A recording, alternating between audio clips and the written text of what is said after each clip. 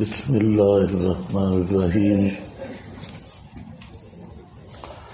الشہر الحرام بالشہر الحرام مہینہ عزت والا مقابل مہینہ عزت والے کے والحرمات و قصاص اور ادب رکھتے ہیں، بدلہ ہے۔ فمن اعتدی علیکم، پس جو شخص زیادتی کرے تم پر، پس زیادتی کرو تم اس پر، بمثل اتنا ما اعتدی علیکم کہ زیادتی کی اس نے تم پر۔ واتقوا اللہ، اور ڈرتے رہو اللہ سے۔ واعلموا، یقین رکھو بے شک اللہ مع المتقین، ساتھ پرہیزگاروں کے ہے۔ اس سے پہلے مسئلہ چل رہا تھا قتال فی سبیل اللہ کا، جس میں قتال کا مقصد جہاد، قاتلوا فی سبیل اللہ، فی سبیل اللہ سے واضح ہے کہ جہاد کا مقصد کلمت اللہ کی بلندی اور غلبہ دین ہے۔ اس کے علاوہ لسانیت، مال دولت، ملکوں پہ قبضہ کرنا یا کسی اور مقصد کے لیے لڑنا، یہ جہاد نہیں۔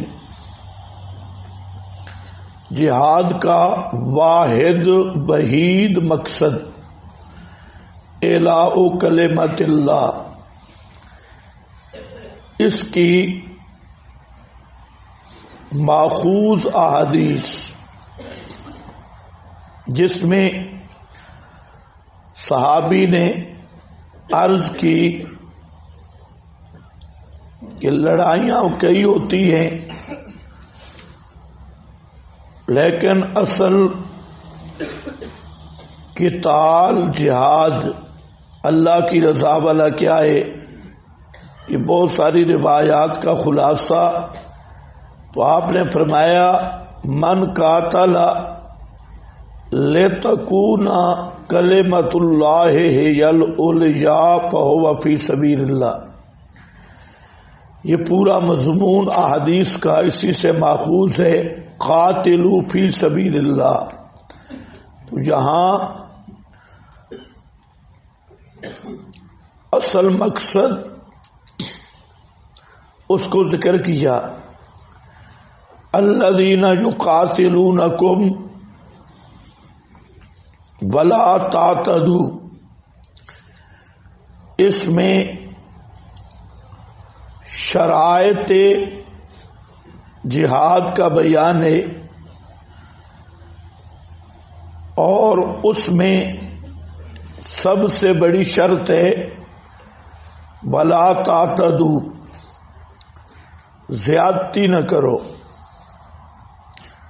یعنی قتال میں بھی جو وقت جذبات کا، غصے کا، لڑائی کا ہے، اس میں بھی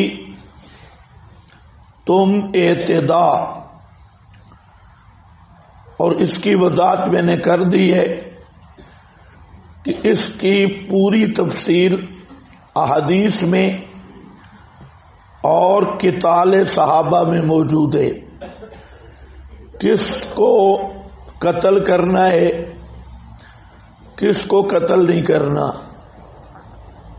یہ پورا قانون صرف اسلام پیش کر رہا ہے، ورنہ دنیا کے جتنے دہشت گرد ممالک ہیں ان میں یہ قانون ہی نہیں. اور آج کی مغربی دنیا، ان کے ہاں بمباری اور میزائل بازی وغیرہ نہتے بے قصور لوگوں کو مارنا، اس کا نام ان کے نزدیک اپنے نظریات کا تحفظ ہے. اور اسلام کی جہادی انصاف، جہاد ہے ہی انصاف کو قائم کرنے کے لیے. تو اگر انصاف پر مبنی نہ ہو تو انصاف قائم کیسے ہوگا؟ اس پر میں نے بتایا کہ تمام معترضین علی الجہاد، ان کا جواب ہو گیا وَاقْتُلُوهُمْ. یہ بھی اصول جہاد کا ذکر ہے کہ حرم، مہینہ محترم، مقام محترم، اس میں بھی اگر مشرکین زیادتی کرتے ہیں تو پھر حیث و ثقفتموہم، یہ خیال نہ کرو کہ مکان کون سا ہے، زمان کون سا ہے، ان کے ساتھ قتال کرنا مشروع ہے بلکہ محبوب ہے.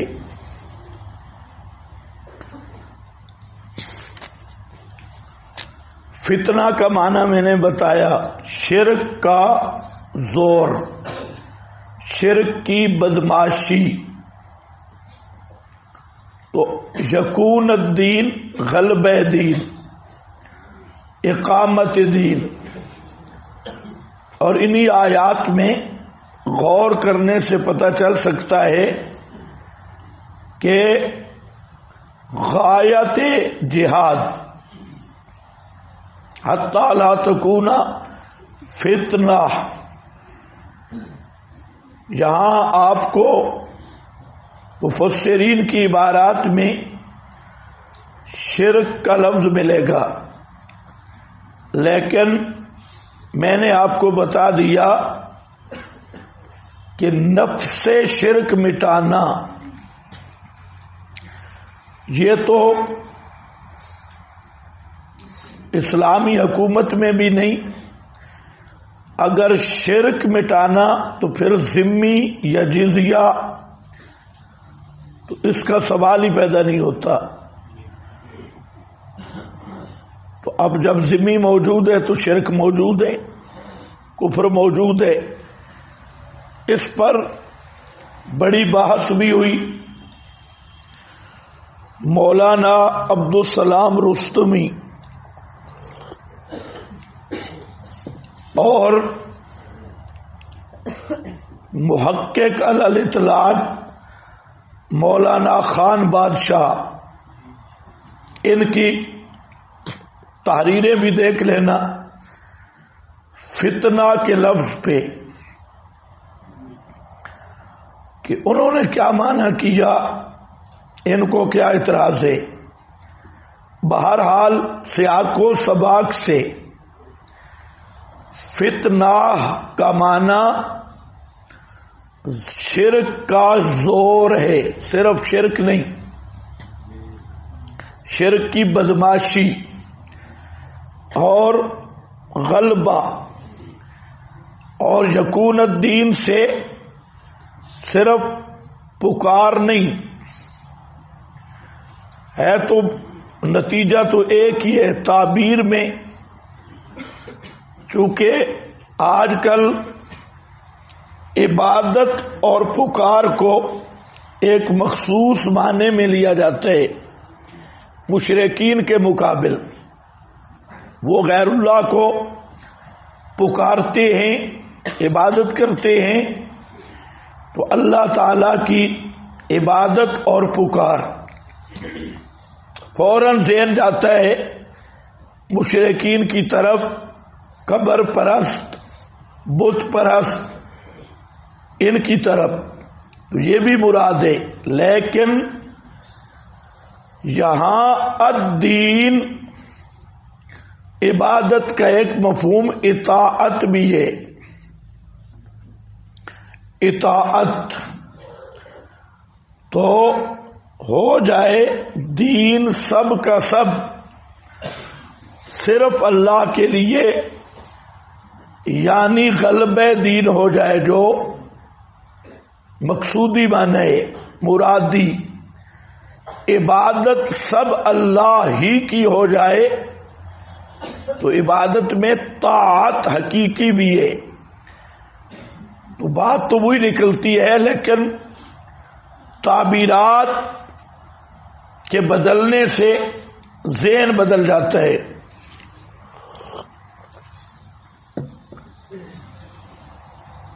اس کے بعد اسی مضمون کو ذکر کیا، الشہر الحرام،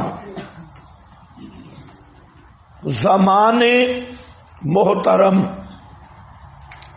چند مہینے دور جاہلیت میں ان کو محترم سمجھ کے اس میں قتال منع تھا۔ مشرکین عرب بھی ان میں قتال روک دیتے تھے، لڑائیاں۔ تو یہ محرم، ذوالقعدہ، ذوالحج اور رجب،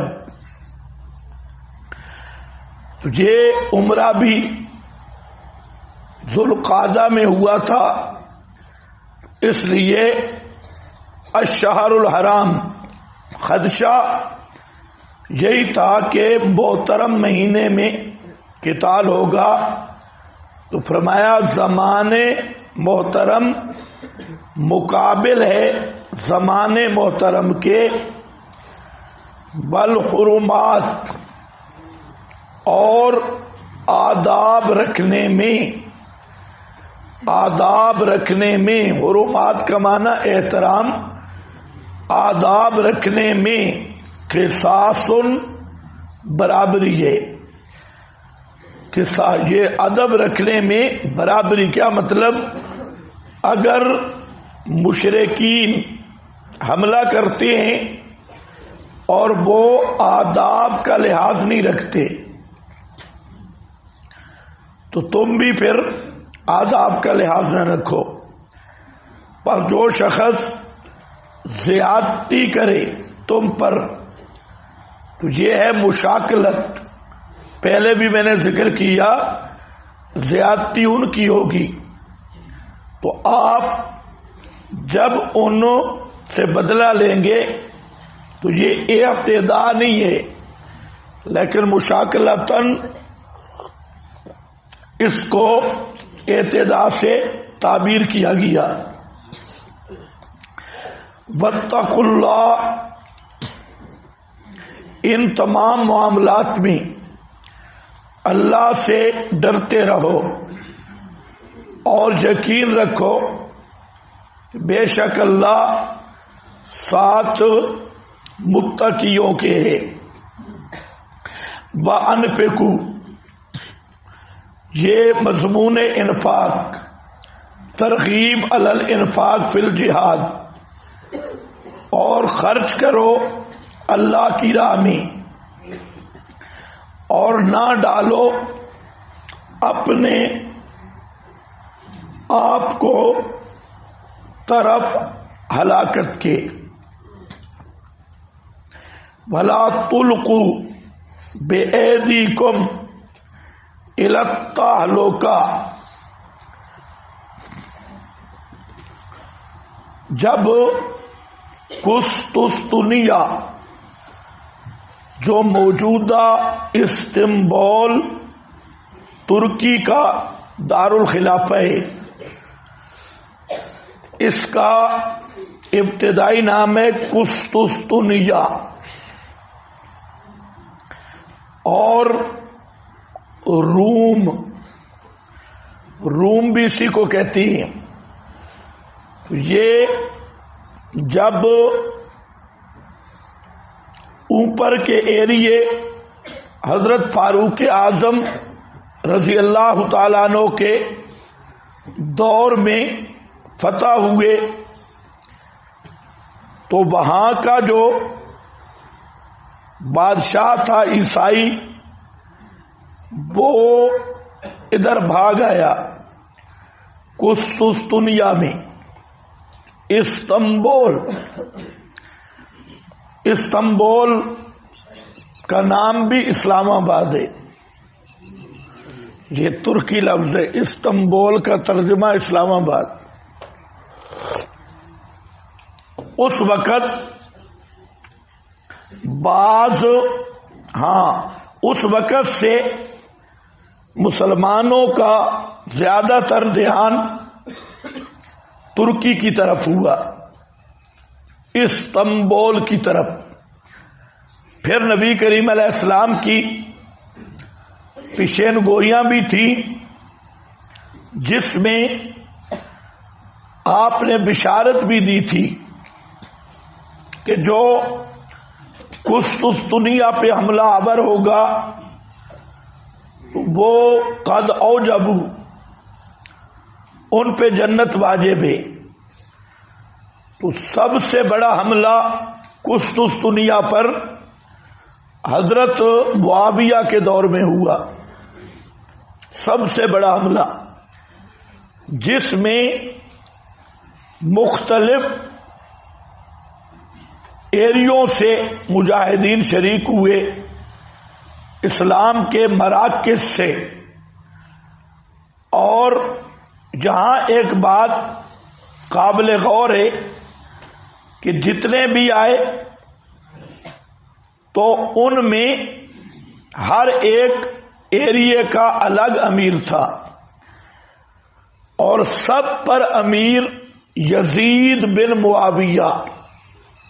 اس کو لوگوں نے آج کل گڑبڑ کر دیا بعض روایات کو دیکھ کر کہ دیکھو جی فلانا امیر تھا، فلانا امیر تھا، یزید ابن معاویہ امیر نہیں تھے۔ تو اس پر طاہر القادری نے ایک دفعہ چیلنج بھی کر دیا کہ حضرت معاویہ کا بیٹا یزید یہ اس لشکر کا امیر نہیں تھا، لیکن بہت سارے ہمارے علماء وہ بھی جب بخاری پڑھتے ہیں تو آگے پڑھتے ہیں، پیچھے بھول جاتی ہیں۔ اب یہ بخاری کی حدیث ہے میرے سامنے، اس میں ایک امیر ہے عقبہ بن عامر،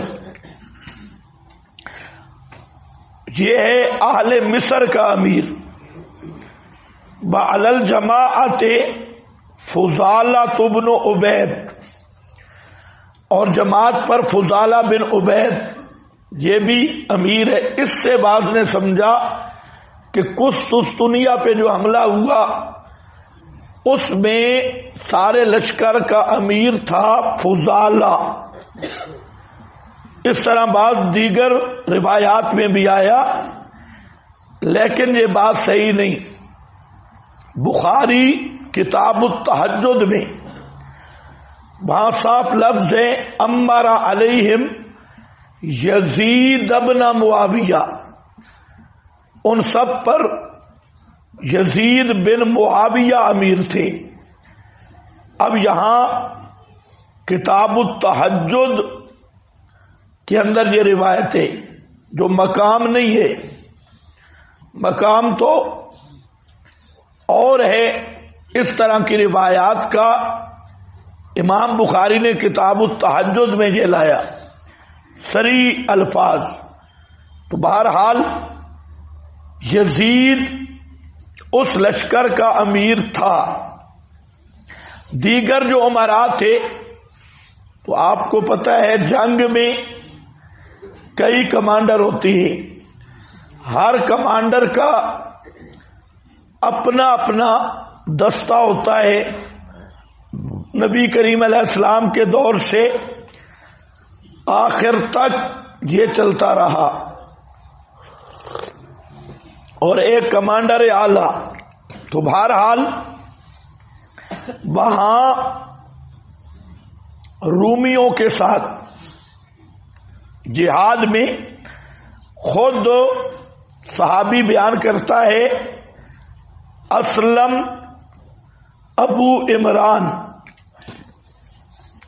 کننا بمدینۃ الروم فاخرجوا الینا صفا عظیما من الروم. ایک بہت بڑا لشکر رومیوں کا، رومیوں سے مراد جہاں وہ قسطنطنیہ والے ہیں، وہ حملہ آور ہوا. فخرج الیہم من المسلمین، مسلمانوں کا ایک لشکر ان کے مقابلہ میں آیا یا اس سے زیادہ تھا. وعلی اہل مصر عقبہ بن عامر، مصریوں پر عقبہ بن عامر کمانڈر تھے، اور جماعت پہ ایک جماعت پہ فضالہ بن عبید یہ کمانڈر تھے. فحمل رجل من المسلمین، ایک آدمی مسلمانوں سے رومیوں کی صفوں کو چیرتا گیا. جتنا بڑا لشکر تھا وہ لشکر کے اندر گھس گیا اور حملہ آور ہوا. حتی داخل فیہم، ان کے اندر داخل ہو گیا. فصاح الناس، لوگ چیخ پڑے. وقالوا سبحان اللہ یلقی بیدیہ الی التہلکہ، کہ اس نے اپنے آپ کو ہلاکت میں ڈال دی ہے، اتنے بڑے لشکر کے اندر گھس گیا. فقام ابو ایوب، حضرت ابو ایوب انصاری یہ کھڑے ہوئے میزبان رسول. تو فقال ایھا الناس انکم لتعولون هذه الآیۃ هذا التعبیر. انہوں نے کھڑے ہو کر کہا کہ یہ کیسی تفسیر کر رہے ہو، یہ کون سی تفسیر ہے؟ اس کا جملے کو یاد رکھنا. انکم لتعولون هذه الآیۃ هذا التعبیر انما انزلت هذه الآیہ فینا معشر الانصار. کہتے ہیں یہ آیت تو ہمارے بارے میں اتری، اور اس کا پس منظر یہ تھا جب اسلام غالب آیا، مجاہد زیادہ ہو گئے، تو ہم نے مشورہ کیا انصار نے کہ اب اسلام میں مجاہد بھی بہت ہیں، جہاد بھی چل پڑا ہے، تو ہم جو ہیں اپنی کھیتی باڑی کو سنبھالیں گے اور جہاد پہ اور لوگ جائیں گے. تو اس پر یہ آیت اتری، اور مطلب کیا ہے کہ اللہ کے راستے میں جہاد کرو، اگر جہاد نہیں کرو گے تو ہلاکت میں پڑ جاؤ گے.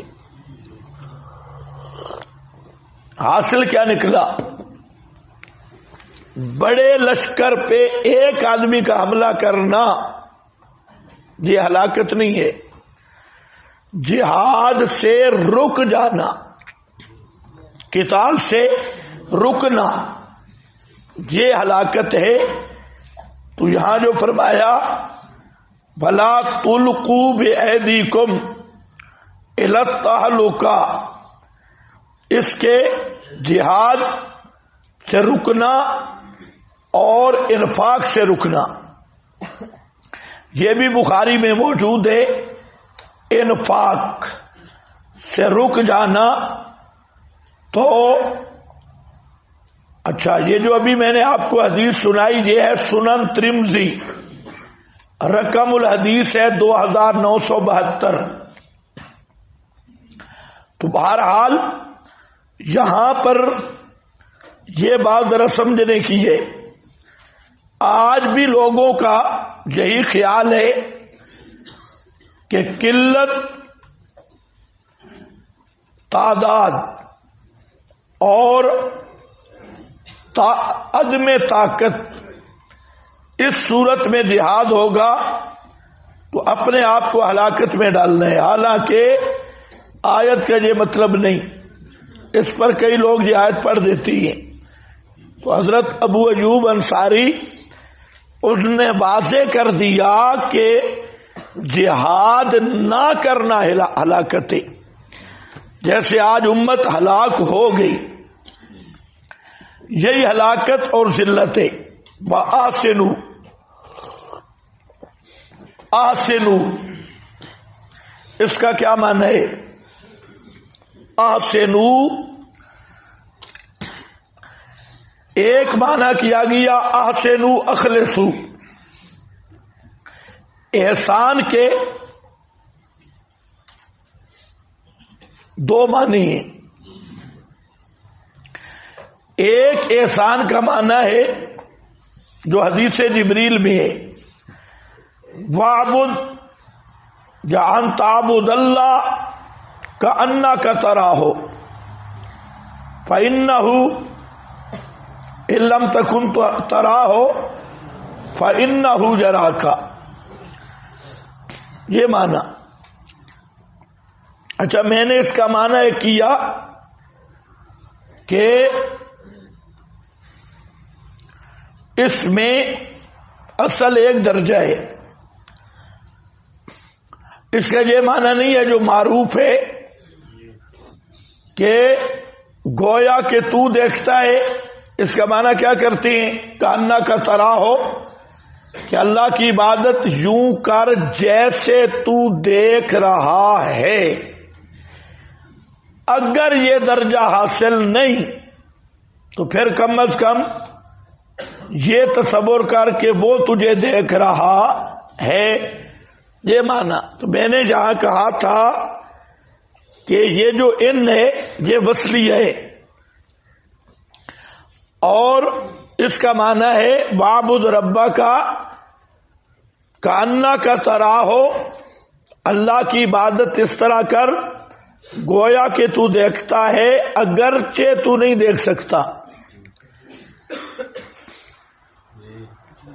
یہ نہیں ہے کہ یہ تصور باندھ کے میں اللہ کو دیکھ رہا ہوں. جو یہ تخیل کہ میں اللہ کو دیکھ رہا ہوں وہ کافر ہے.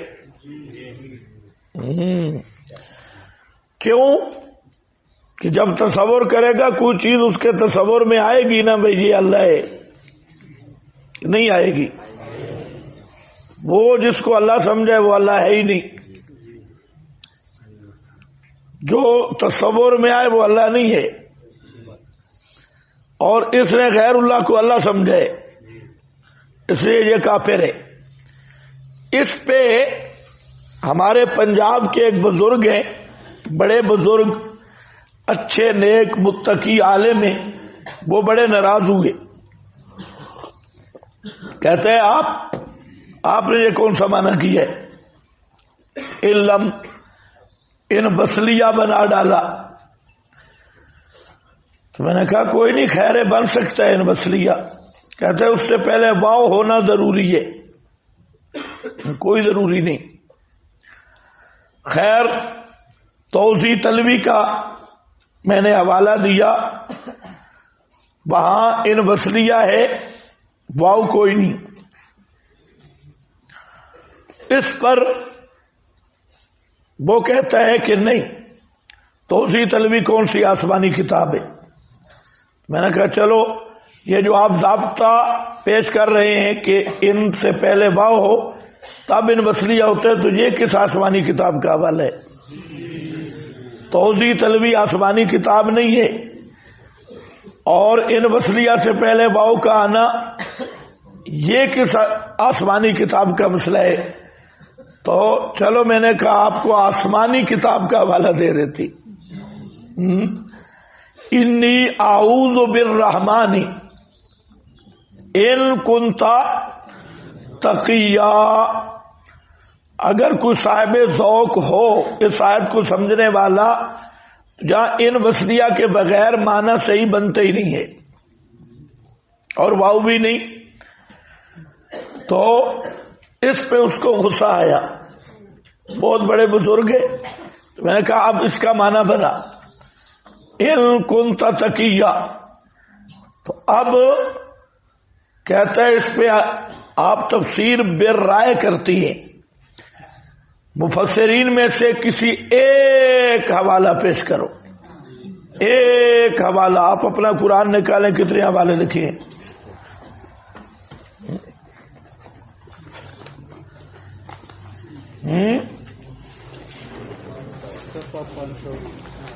پانچ سو 68.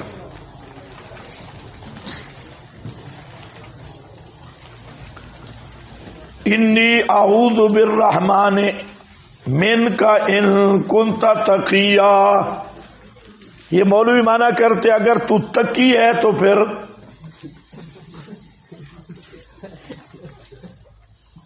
اس کا کیا میں تقی ہے تو اعوذ بالرحمن اور رفیع ہے تو اعوذ بالرحمن نہیں ہے. عجیب بات ہے. کہتے ہیں تقی وہاں ایک بدماش آدمی تھا، مابردی وغیرہ نے. اگر تو وہ تقی ہے نا، معروف تقی، وہ ادھر والا تقی ہو اس وقت جو تھا. اگر تو تقی ہے تو میں رحمان کی پناہ میں آتی ہوں. اس کا کیا میں تقی ہے تو رحمان کی پناہ میں، اور رفیع ہے تو خیر ہے. یہ نہیں مانا. دیکھو قال الشہاب الظاہر ان ان علی ھذا القول بصلیہ. شہاب کہتا ہے کہ یہ شہاب ہوئی ہے بیضابی کا محشی. ہاں روح المعانی یہ حوالے جہاں موجود ہیں، جب آئے تو پھر چلیں گے. تو بہرحال ایک احسان کا معنی یہی ہے کہ اگرچہ تو دیکھ نہیں سکتا لیکن وہ تجھے دیکھ رہا ہے.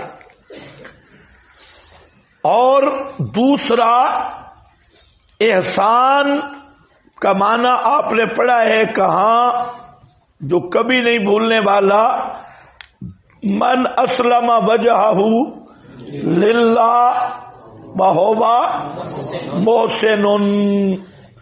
وہ آیت جس نے سمجھی ہے اس کا حوالہ جات سمیت، تو اس کا معنی ہے اتباع. یہ دونوں معنی. احسنو، تو اب یہاں کیا معنی ہے؟ اکثر مفسرین نے کہا احسنو کا تعلق ہے ولا تلقوا بایدیکم، اور مطلب یہ ہے کہ اخلاص اختیار کرو. اخلاص. مولانا فرماتے ہیں احسنو کا تعلق ہے انفقوا کے ساتھ، اور مطلب یہ ہے خرچ کرو اللہ کے راستے میں دل کھول کر، دل تنگ نہ ہو، خوش دلی کے ساتھ اور فراخ دلی کے ساتھ. یہ نہیں کہ جب اللہ کے راستے میں دینے لگو تو 4 دفعہ ہاتھ جیب کی طرف جائے اور پھر واپس آ جائے. نہیں، کھل کے خرچ کرو. بے شک اللہ پسند کرتا ہے دل کھول کے خرچ کرنے والوں کو. المحسنین ماقبل کے مطابق یہی معنی ہوگا. اب ذرا خیال کرنا ہے، یہ جو آیت ہے نا وَلَا تُلْقُوا بِأَيْدِيكُمْ، اس کا حقیقی معنی میں نے بتا دیا کہ جہاد نہ کرنا قتال نہ کرنا، لیکن اس کے عموم میں یہ بھی درج ہے۔ حضرت شیخ القرآن رحمت اللہ علیہ فرماتے تھے کہ جو عالم فرقہ باطلہ کے خلاف تیاری نہیں کرتا اور ان کے کتابیں اور ان کے شبہات مضلات کے جواب کی تیاری نہیں کرتا تو وہ پورے دین کو برباد کرنے والا ہے۔ ہر عالم پہ فرض ہے کہ وہ مذہب حق کے دلائل بھی سمجھے، مسئلہ حق کے اور باطل کے شبہات کو سمجھے اور اس کے لیے تیاری کر کے اس کا جواب بھی دے، نہیں تو وہ پوری قوم کو ہلاکت میں ڈالنے والا ہے۔ یہ اس پر احادیث بھی موجود ہیں، بعض روایات میں نے لکھی بھی ہیں جہاں الفرقان میں، اور وہاں مصنف ابن ابی شیبہ کی ایک حدیث آئی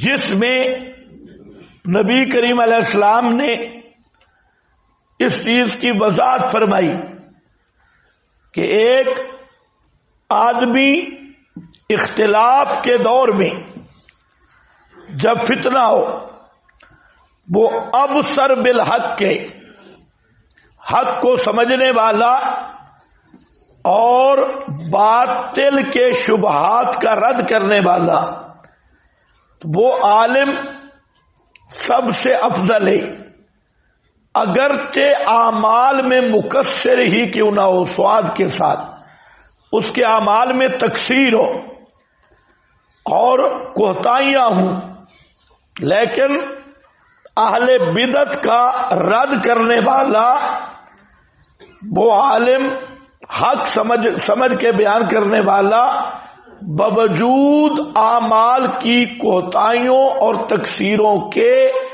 وہ اس زمانے کا سب سے افضل آدمی ہے۔